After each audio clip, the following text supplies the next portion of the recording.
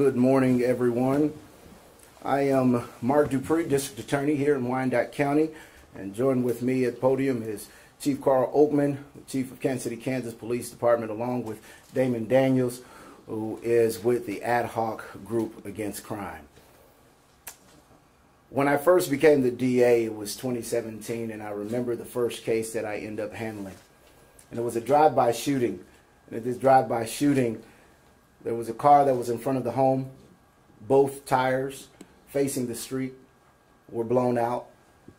Windows were shot out of the house, and there were bullet holes in the door of the house. Unfortunately, 12 months later, as I drove past that house, there were still bullet holes in the door of that house. The car was abandoned with the tires still on the flat. Today, we're excited to announce that through the collaboration of Ad Hoc Against Crime and the Governor's Office here in the state of Kansas, the Wyandotte County District Attorney's Office have received a grant for $687,000 that will allow us to assist individuals after they have been victims of gun violence. This grant, this program, is called Let's Wrap. It's an acronym for Lessening Effects of Trauma, Strengthening Resources, Prevention and Partnership Program.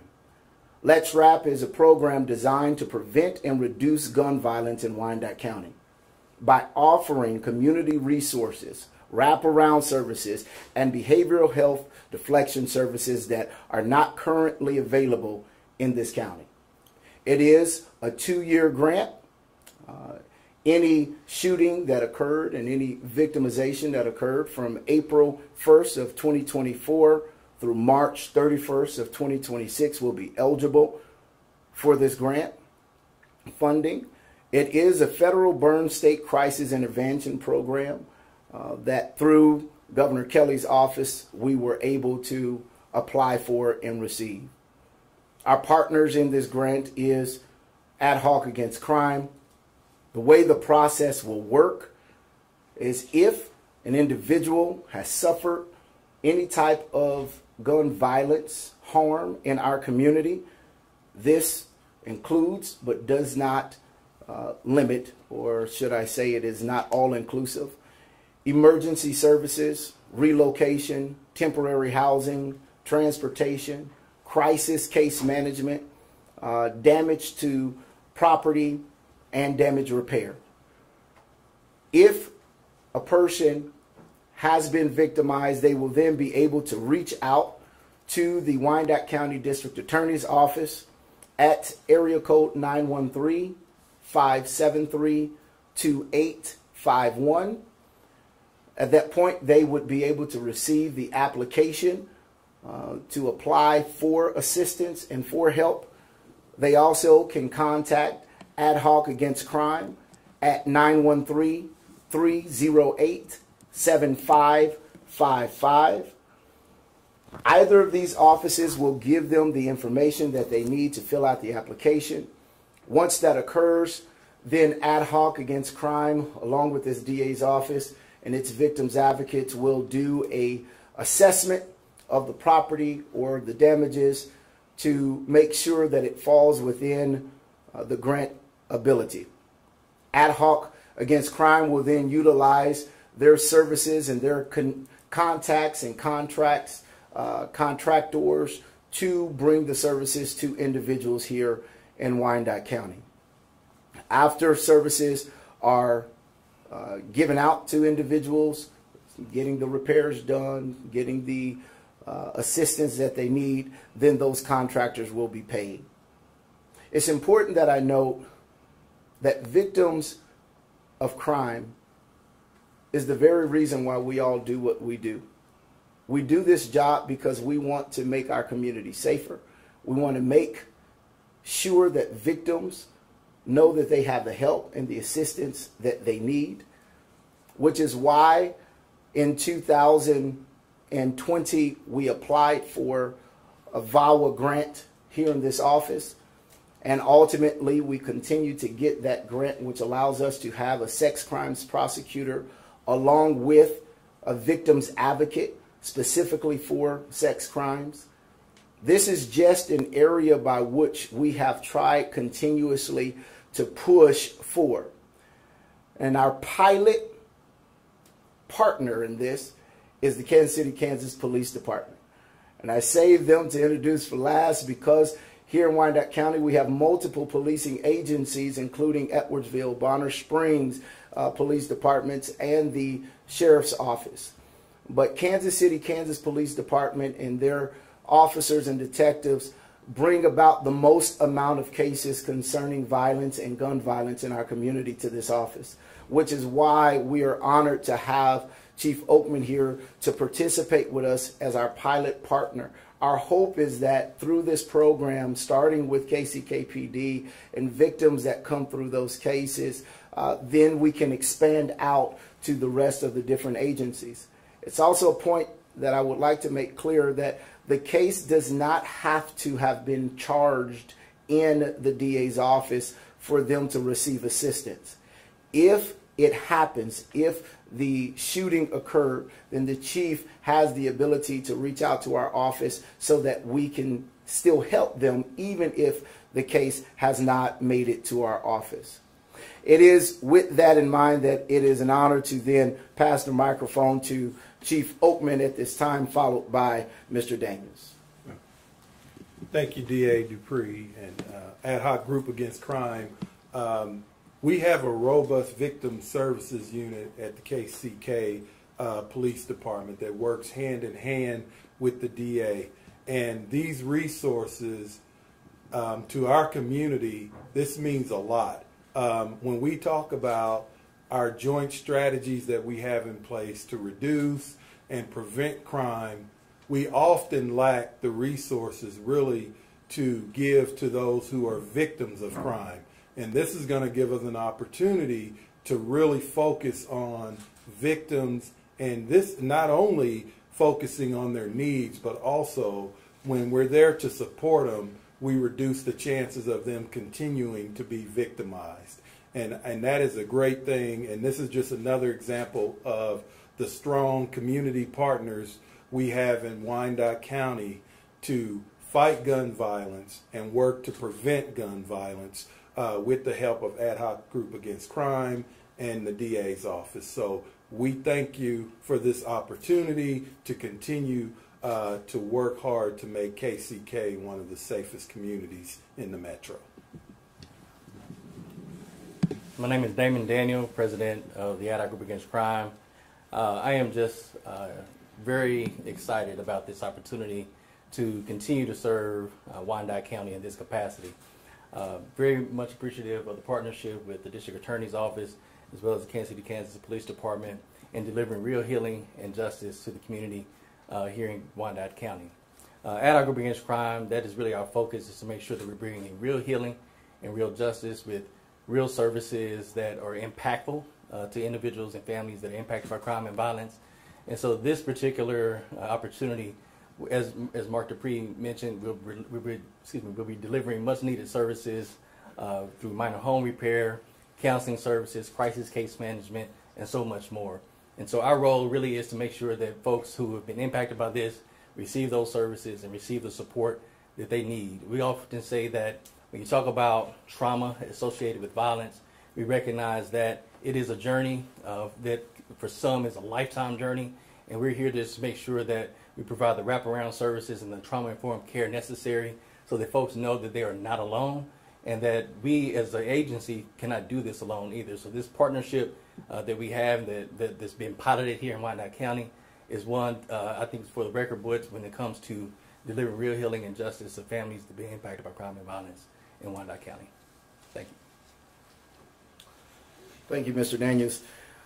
When a person becomes a victim of gun violence on the scene and or otherwise, the agency will have a pamphlet that will have the application that will give the information to them, and if they believe and or in need of those services.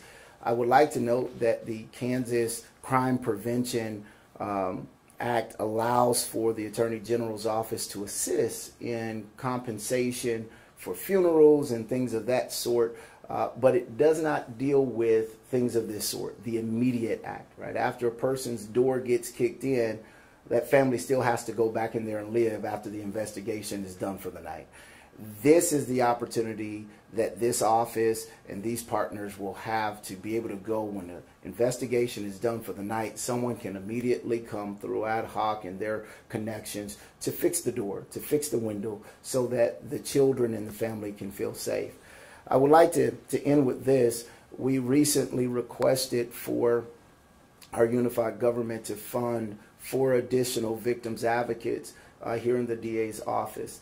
And that is long overdue. It is something that is necessary because it falls in the same line of thinking. For far too long, many victims in our community have not received the assistance, the support, or the help that is necessary, and quite frankly, that is statutorily mandated by our Kansas Victims Bill of Rights.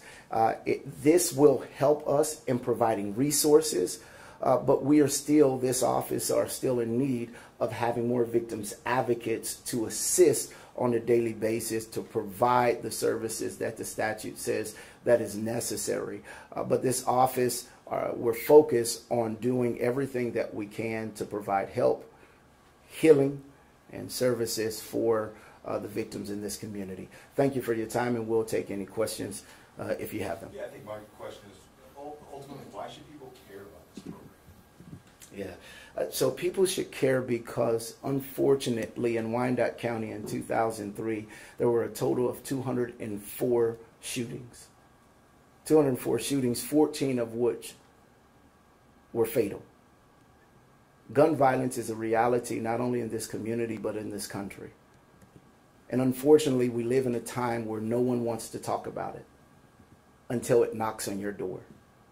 We should care because the gun violence has caused real harm psychologically, mentally, physically to so many people in our country. And though we can have politicians fight in our nation's capital and fight in our capital here about gun laws, we are on the ground level and we have to deal with the reality of whatever the law says. We still have victims. We still have trauma. We still have bullets that have caused so much division in people's lives. And that is what we're trying to deal with. As they try to fix the legislation, we're trying to help fix windows, trying to help fix doors, and help put lives back together. And it affects your neighbor, your cousin, your family, and perfectly not you. It's just a nuts and bolts question. I know you mentioned an application process, but hey, somebody gets a door knocked down and they need a door that night. How do you cut through the red tape there and making sure this gets taken care of quickly? I hope you understand what I'm we do. trying to say. Well, and I'll tell you, the good part about this is it's not much red tape at all, which is why we're here having this conversation. Let me tell you what happens. That night, what occurs is our wonderful police department, they're on the scene. It happens, and they're there. Their awesome victim advocate staff is there on the scene, and they get this information. But if it's an emergency, not only do they get that information, their victim's advocate is able to call that phone number for ad hoc, and the fine gentlemen who are not on the camera, they receive that call, and immediately they're able to contact their folks to have them come out there that night. Which is why it's so important, was so important that we connected with Ad Hoc Against Crime. What I failed to mention earlier as I began with that story of the drive-by shooting, I called Mr. Daniels all those years ago and said, what can we do about this?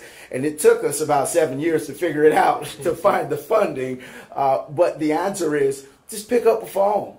And when you pick up the phone, Mr. Daniels and Ad Hoc, they've been around since 1977. And many of us know Alvin Brooks was one of the founding partners in this thing. And they continue to build that collaborative efforts with the community. And so they have the folks. This is not their first rodeo. They know who to call at midnight, know who to call at 1 o'clock in the morning. But we need the people to call us so that we can connect them immediately. Why do you think you guys got this grant over, say, another county in the state of Kansas? I mean, do you feel like it's because crime here is worse than in other parts of the state? I mean, could you, Mr. Dupree and Mr. Oakman, talk to that? Well, I can tell you one is when you look at the collaboration and the strategies that we are doing to reduce crime. And in fact, when you see the effort with KCK, how we've reduced crime over the last 3 years, we felt that, one, we need to make sure that we have support for our victims who have been victims of these crimes. And I think it's really not a matter of crime being worse, but more of the need. When you look at the individuals that live in Wyandotte County, the income restrictions we have in Wyandotte County, I believe that's one of the main reasons. This is a county that really needs it, really needs the financial support.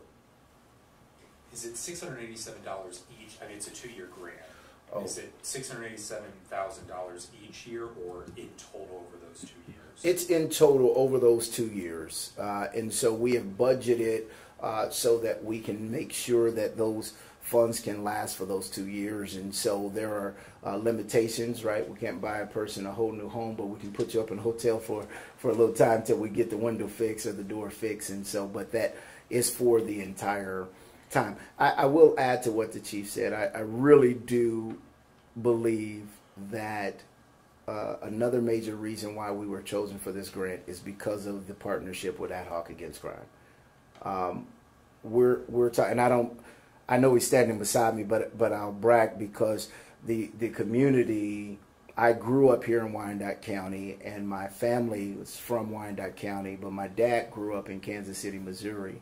And so when this organization was founded in 1977 to help find what was going on with 9 African American women and to see the fight that they found inside themselves and continue to grow across the water and slowly move over into Wyandotte County, they have a history of helping people.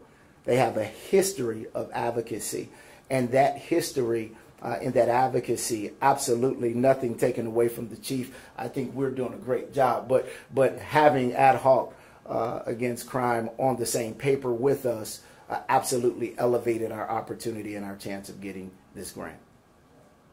For temporary relocation of crime victims, is this money meant to help protect them from being victimized again in some part, by, further, additional crimes? Is that yes, yes, and yes. It is all the way around. Our hope is to prevent individuals from becoming victims again, while at the same time assist them in dealing with the trauma and the damage of becoming a victim there.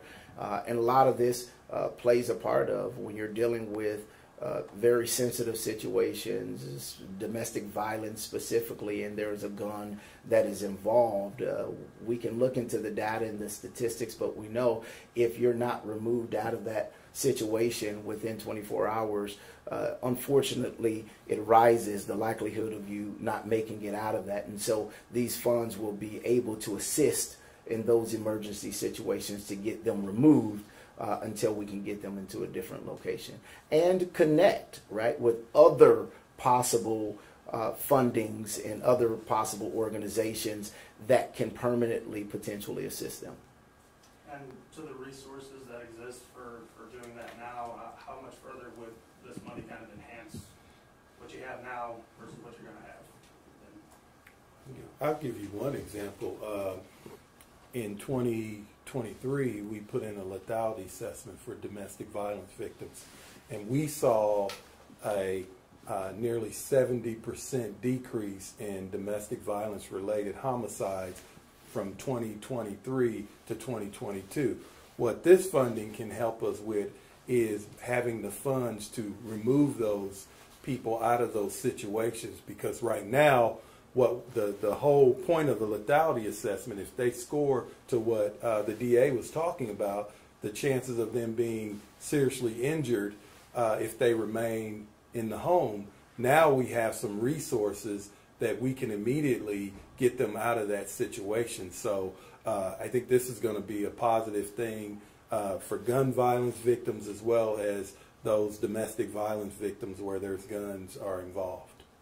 Is there a cap on the amount amount that you spend per crime, per domestic violence victim, survivor? You know, is there a cap on that, or how do you figure that out as the year goes on? It's going to be based off of per situation.